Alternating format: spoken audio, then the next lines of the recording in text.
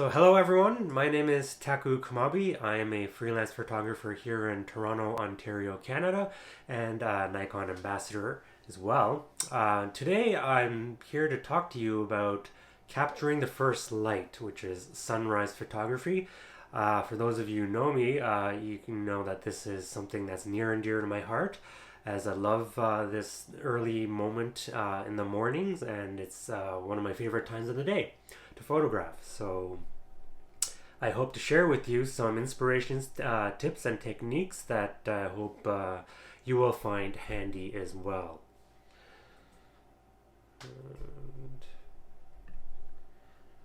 Alright, so before we begin, just a little bit about me. I do a lot of event photography here in the city as well. So that involves me taking a bunch of pictures inside at various events and festivals. And all there is always food at those festivals as well, so I do some of that food photography. I've shot many concerts indoors and outdoors as well, and I enjoy doing a lot of environmental portraiture as well, which is taking out either families or individuals, and even company businesses as well, and taking pictures of them at their own location, wherever that may be in the city. And for those of you who are following me on Instagram, you'll probably know me more for my landscapes, nature, and sunrise photography, because that's what I do like to post, and that's what I'm here to talk to you about today. So to begin, why sunrises? Now, many people have asked me this before in the past, and to that I say, well, there's no better way to answer, no better way to wake up than with Mother Nature. I love the outdoors. I'm very passionate about it. I love being outside with Mother Nature, and especially in the early mornings, it's just pretty much myself and nature all around me. So it's a great quality time that I get to have. And naturally, I just been doing that for many years. So I actually ended up starting my own Toronto Sunrise series. So that became a personal project of mine that I started back in February of 2014. And I've been going straight through since then, and even now as well. And over the past few years, I've actually had sunrise meetups every November on the last day of daylight savings, so that all these like-minded individuals can meet up and we can just have a good time together in the morning. Always on the lookout for unique perspectives. That's pretty much what I do in keeping myself motivated and keeping me going for the past 8 years. So to begin, I'll tell you a little bit about my gear and what I do like to carry with me, and what I recommend as well. So pretty much any camera that you have will work, but I do highly recommend that you use one that is capable of shooting in RAW format. So that allows you to actually do more post-processing at the end of the day. Mobile devices are okay if you don't have a digital SLR or mirrorless camera. You are just limited to what that mobile device can do in terms of lens choices and post-processing. For myself, I started off with the D200, moved to the D800, then the Z7 mirrorless camera, and now the Z7 II mirrorless cameras. And they've all been great. I love them. Moving on to lenses, again, any lens will do, although I do recommend using a variety of lenses for your sunrise photography, as that will actually enable you to capture the scene in different perspectives and compositions, and that in turn will actually evoke different kinds of feelings towards your images. And it's a completely different feel from when you use a wide angle 14mm to, let's say, closer, getting that close detail with a 200mm focal length. So a variety of lenses for that is great. Tripods, another very important gear in taking sunrise photography. Use one that is sturdy enough to withstand the gear that you have now and also into the future, because it's not something that you want to replace over and over again, year after year. You have to find out what your priority is, whether you want something that's light for your use if you like to travel or go hiking, or if you value something that's more sturdy. And so you have to figure out what you want between those two. The legs being independent of each other is also something that not many people may consider, but I actually think that's pretty important. I myself prefer something where the legs are actually moving independent of each other and they're not actually connected with brackets along the three legs. So that actually affords a lot more flexibility in terms of where I can plant my tripod and actually take that picture. The center column being able to separate from the legs, that's also something that's more for convenience, I would say. For my tripod, I use a Gitso tripod that you can actually take out the center column, reverse it so that my camera is actually upside down, and that way I can actually go right to ground level with that tripod. And actually, that is another great perspective for photography. Now we move on to heads for tripods, which is what goes on top of that center column. You have plenty of different options there, whether it's a ball head, pistol grip, or gimbal heads. Those are mainly preferences depending on what you want to use that tripod for.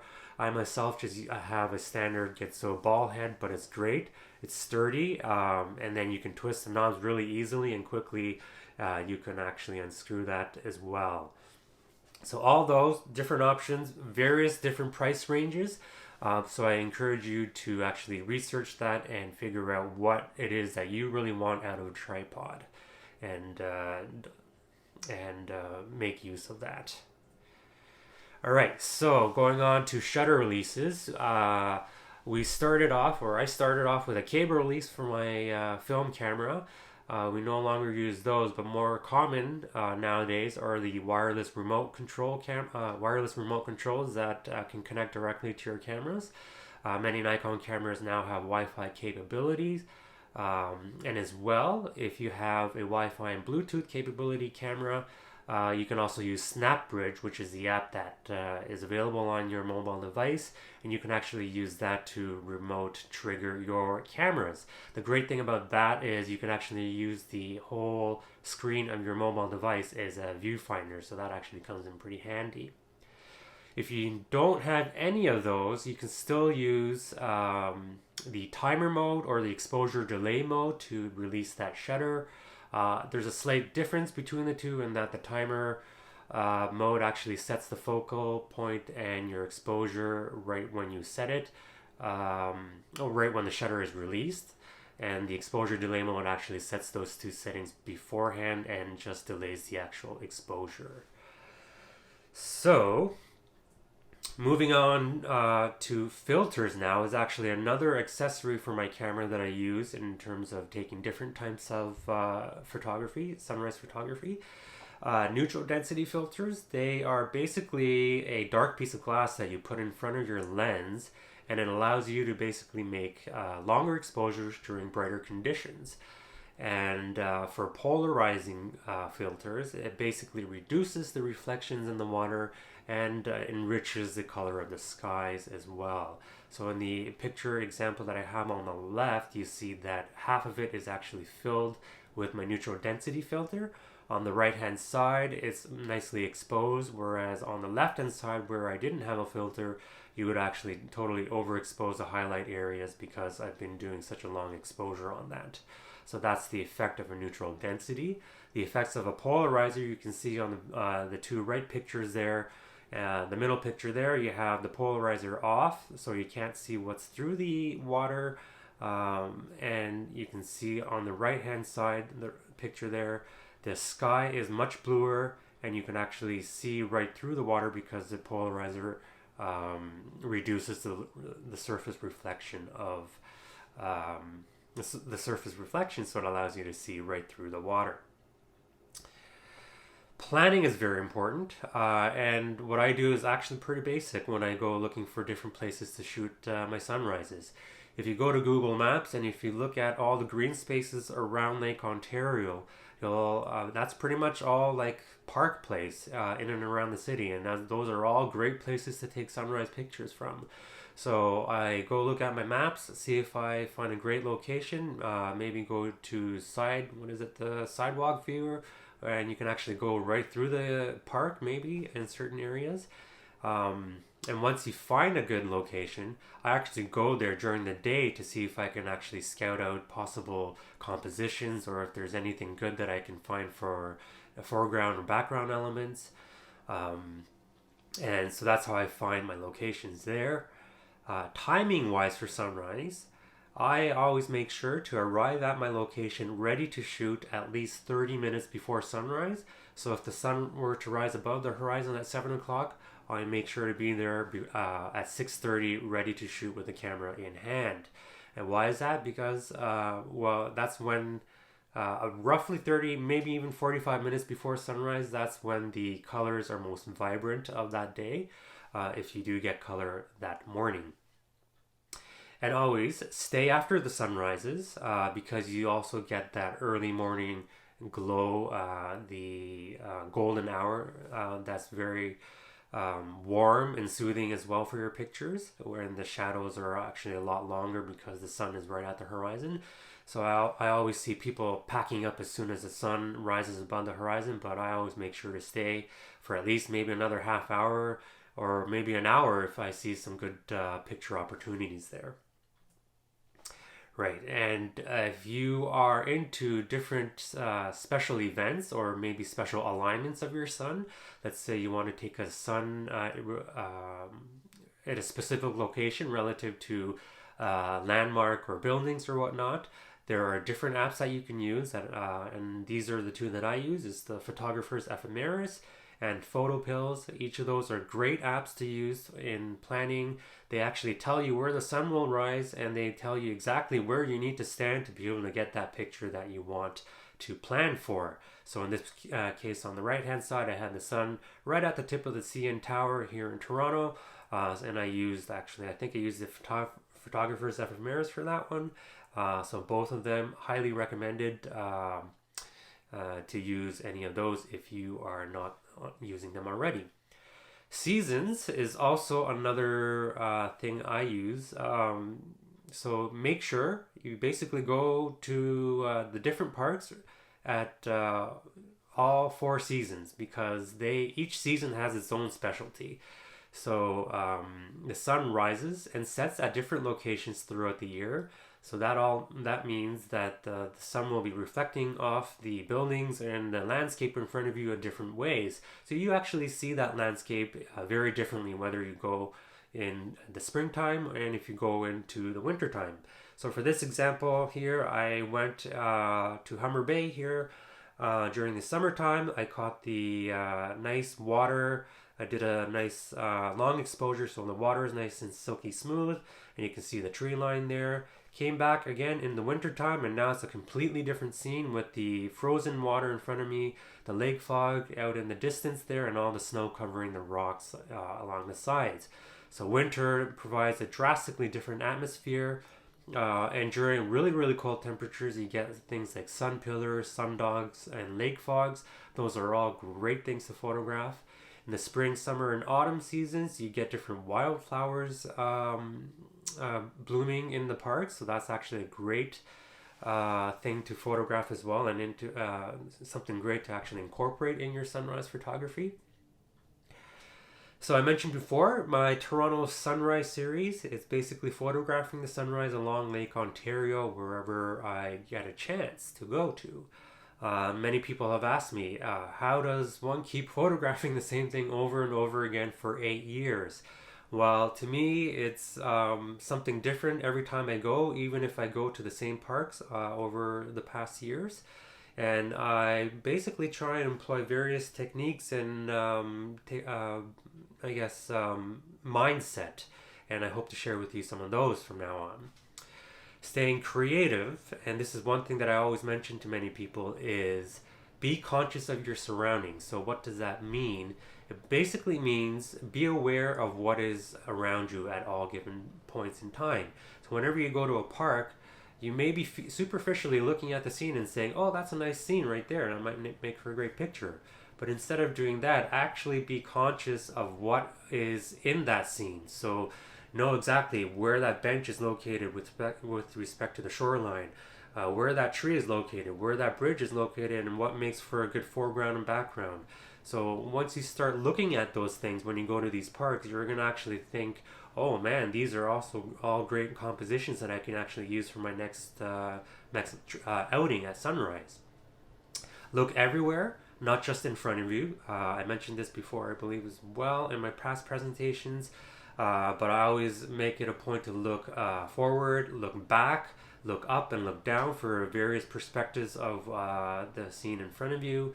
And this particular shot that I shot this actually many years ago, and I was happy that I shot this because I was going down a pathway, and rather than following that pathway, I actually turned my head to the back and to the right of me, and I saw that person standing on the bridge looking at the Toronto skyline. So I focused in on that person, making sure to include the lake fog rising from Lake Ontario and the Toronto skyline there, and I composed that image that way. And what I was very happy to hear was that a person from the tourism industry actually told me at one point that once they saw this picture on my Instagram feed, it made them really want to visit the city, and it made them want to actually visit this particular spot just to see where I actually took this picture. So that was actually made me very happy because I was able to evoke that kind of feeling to some viewer. Staying creative, silhouette is another option for you for doing in sunrise photography, and it's actually very common because it's used when you have backlighting on your subject. When your subject is a lot darker with the sun rising behind it, you can actually use that to your advantage and bring things in the foreground to a silhouette. So use anything like people's, trees, buildings, whatever that's in front of you. Try and bring that to a silhouette, and you can actually make some pretty impressive photos that way. In this particular photo, I brought the tree lines there into a silhouette because I thought those would be pretty interesting in leading our eye directly to the center of the image, which is where the Toronto skyline is located. And if you see at the very bottom, I actually found or actually saw there's a family of ducks. They're actually looking at the sunrise as well, so I actually put them into a silhouette as well. We're going back to that Humber Bay Bridge that everyone loves so much. It's actually a perfect place to do silhouette photography because the sun does rise behind it, and it brings the actual bridge into a silhouette, and you can now capture the pedestrians, the cyclists, the dog walkers, anybody who's actually walking there against that sun, and you can actually see those details of the bridge as well that acts for many different interesting elements for within your image. This particular image here, we now have the cormorant that's flying, taking off from Lake Ontario, and I was able to capture the cormorant in all its shadows because the sun was so vibrant in the back. I love that orange hue and the blue contrasting hue of the water in the foreground, and the stark black of the subject there that really stands out. And for this particular image, I had the entire city skyline as a silhouette because the sun was actually rising right behind it there. And I love this one because you see some of the glimpse of the sunlight reflecting off of the side of the buildings there, so that actually makes it for pretty interesting pictures as well. So you get the idea. You can pretty much bring anything to a silhouette, whether it's an animal, a wildlife, or static objects like bridges or entire city skylines. Moving on to details. So when we focus on landscape, we tend to focus on the bigger picture of things. But what I enjoy doing is also taking a closer look at specific objects and exploring the details within that particular object. And if you do that, you'll actually find out that it is a whole new world in there. And especially if you have a macro lens, you can get really close to those details, and then you see things like on trees and ice formations and rocks. You actually tend to see things that you may miss if you actually don't look at it with a macro lens. In this particular view here of Lake Ontario, all I did was focus right on the surface of the water. The lake was semi-calm. It wasn't too violent with any of the waves or anything, but I love how the low sun, which was right above the horizon line there, it's actually casting long shadows along the surface of the water. So you get the shadows of the ripples there. Now I get to see the textures of the ripples along with the golden glow of that sun along the surface of the water. And I just love that the detail that you see along the water. It's all around us, but we seldom seem to take pictures of water itself as the primary subject. In this particular image, I have now focused my attention to the trees, the details on the trees. Now you can actually see the fine bark details of the raw nature and ruggedness of it. That's poking through and contrasting against the smooth water of Lake Ontario. You can also see the details of the leaves and the branches that are actually overhanging the city skyline, and that's actually framing the skyline in the back distance there. And in this particular sunrise moment, I had a beautiful pastel pinks, orange, and yellow colors. So I decided to actually frame half of that composition with the frozen ice there, so that we can actually get an idea of how cold of an environment that I was standing in. So it was a nice contrast between the soft hue of the morning glow of the sunrise on the right hand side against the harsh winter environment on the left hand side. Okay, so I mentioned this before, using filters. It allows for long exposures and to create smooth waterscapes, which I love to do. If you haven't noticed already, there are varying amounts of filters that you can use, and particularly during dawn, actually. You may not need it depending on what aperture you use. If you use a smaller aperture, you may be able to get away from not actually using the neutral density filters. Polarizing filters, it enriches the sky, but it also may actually reduce reduce the light coming in by a stop or so. In this particular view, I have a landscape view of the sun is actually maybe hovering just above the skyline there. So this is a 15-second exposure at f16 ISO 64 using my 14-24 lens. I wouldn't have been able to do a 15-second exposure if I didn't have a neutral density filter in front of my lens here. So I believe this was my 10-stop filter that I had that enabled me to actually create a 15-second exposure during this lit moment. Again, using filters, advanced preparation is probably needed if you don't want to miss that moment, because during sunrise, it does rise pretty quickly and you don't want to be there fiddling with your filters, trying to take it off or on that lens. So always be prepared with deciding if you're going to use a filter there at that point or not. And the second point there is try not to use a filter if the sun is actually open in the frame, because you risk actually blowing out the highlights in that frame. So in this particular moment, I did have the sun right there peeking out from between the buildings. This is actually a 30-second exposure at f11 ISO 100. Again, using my 14-24 millimeter lens. But during that 30 seconds, I actually started this exposure when the sun was below that horizon, and during that 30 seconds it had risen just above the building points there, so I was able to actually capture this without overexposing that sunlight there. Facing the sun, many people have actually asked me, is it okay to face the camera to the sun? Short answer is yes, it's okay. I've done it many times. You just don't want to keep that camera pointing to that sun for an extended period of time. You don't want to, especially if you have a smaller aperture, you don't want to have that sun facing the camera at all times, because you do risk damaging the sensor of the camera or perhaps components within that camera with the sun, with the heat of that sun. So don't do it for a long extended period of time, and you should be more than enough with that. In this particular image, this was a 10-second exposure with the sun within the frame, so it is getting to the point where I'm maybe overexposing it just a little bit, but you can see that the sun is actually fully in the frame at 10 seconds f16 at this point.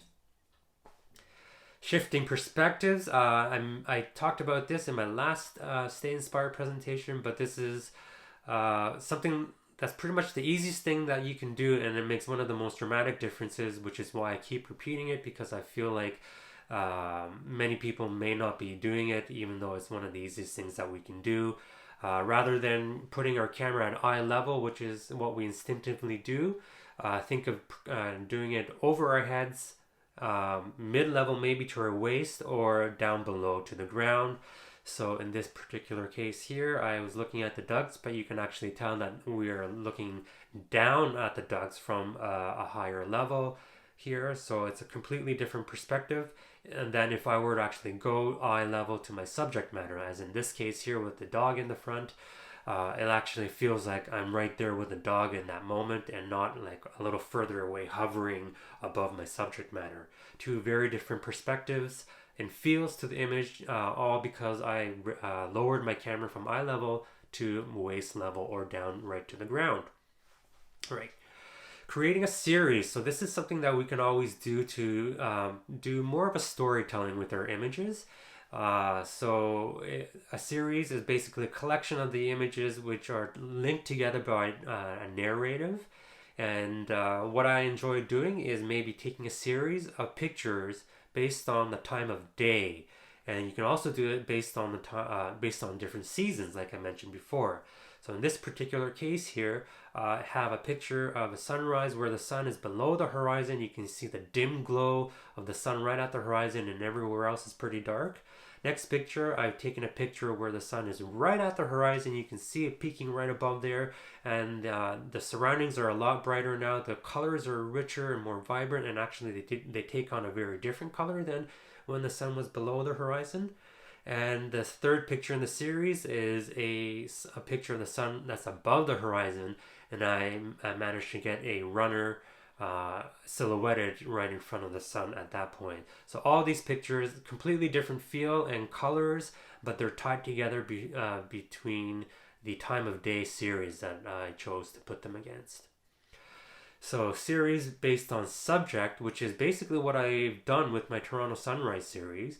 But what I love about this is that over the years, as I've taken many pictures of the Toronto sunrise, it's actually it actually made me take additional pictures, and I've actually started taking different series at sunrise moments.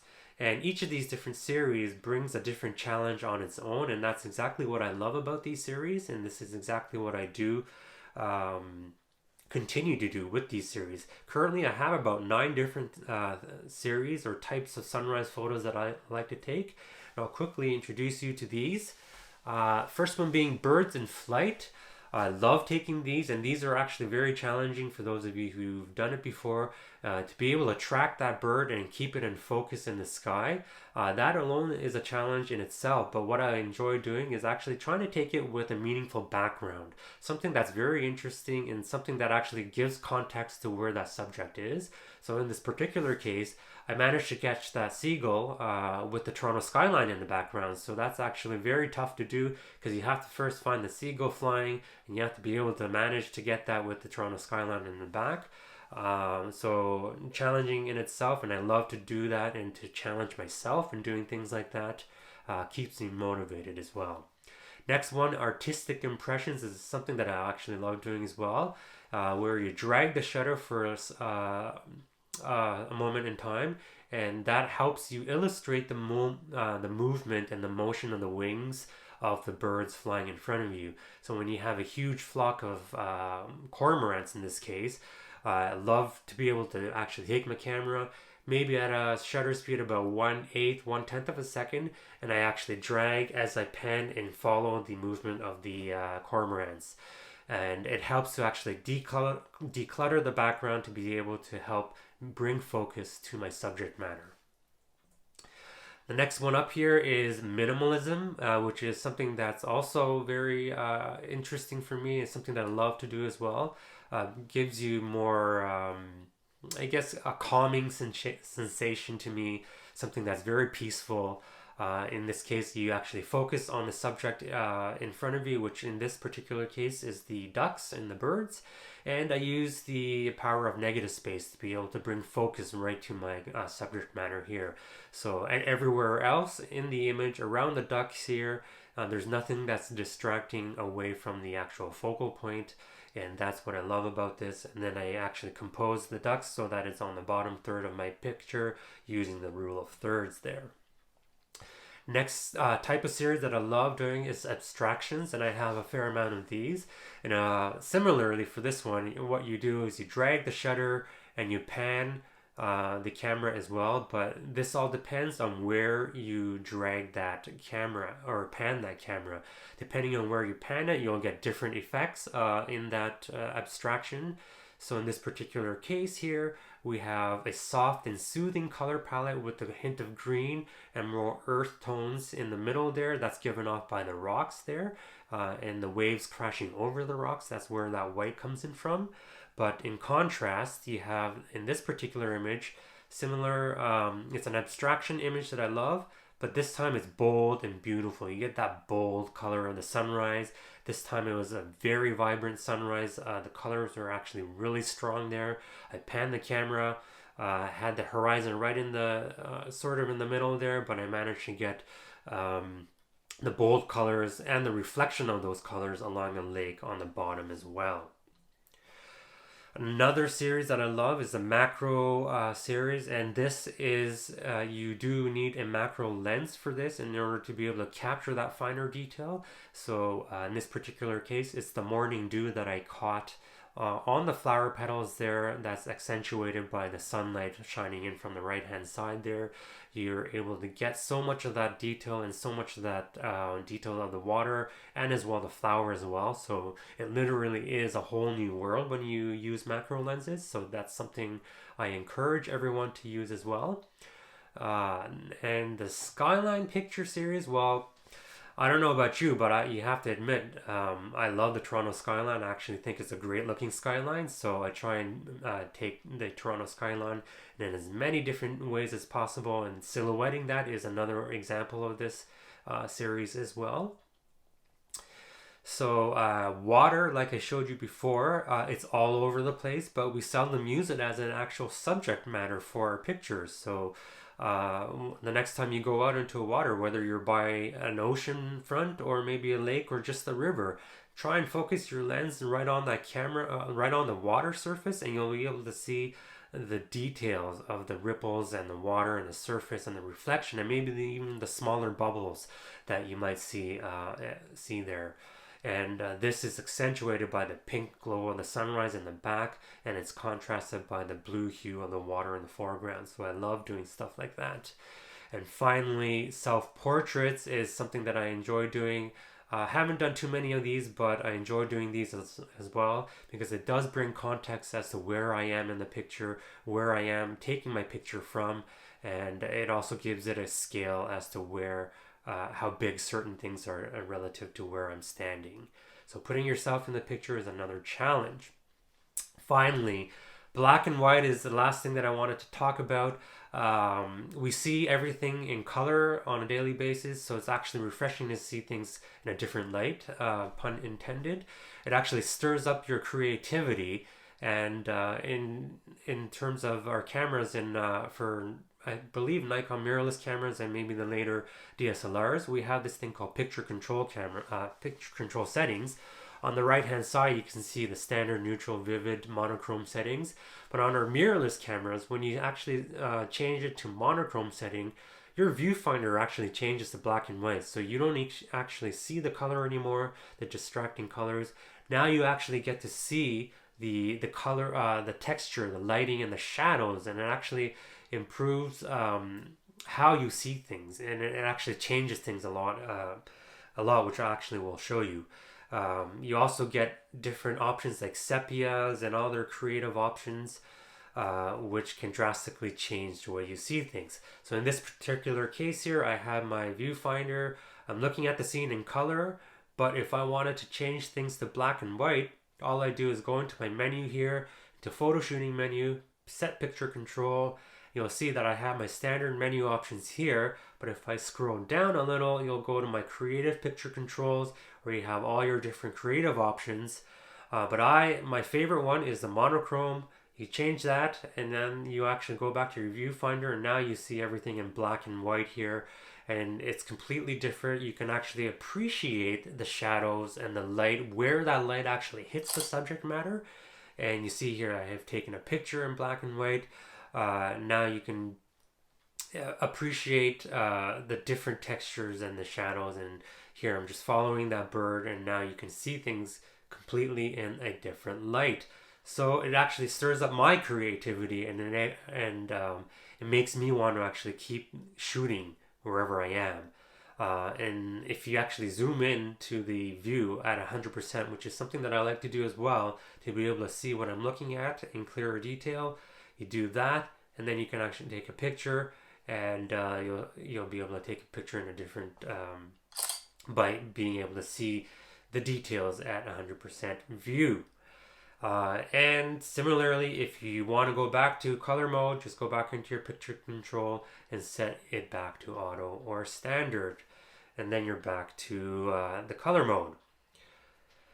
This last picture here is a black and white long exposure, but just to show you that landscapes do look effective also in black and white.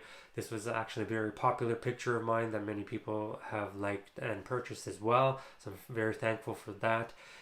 You're able to appreciate the different textures and the snow on the rocks there, because it contrasts nicely with the smooth water in the foreground there.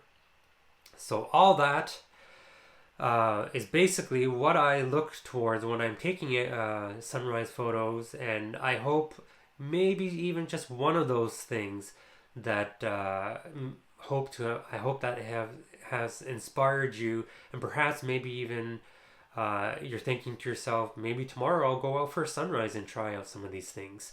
So that's what I encourage everyone to do, is just get out there, try out these things, just look at everything in terms of a photographer's point of view, and I hope you'll be able to appreciate what is in front of you at that point, and be able to take more unique shots that you'll be proud to hang on your wall as well. So thank you so much, everyone, for joining me today.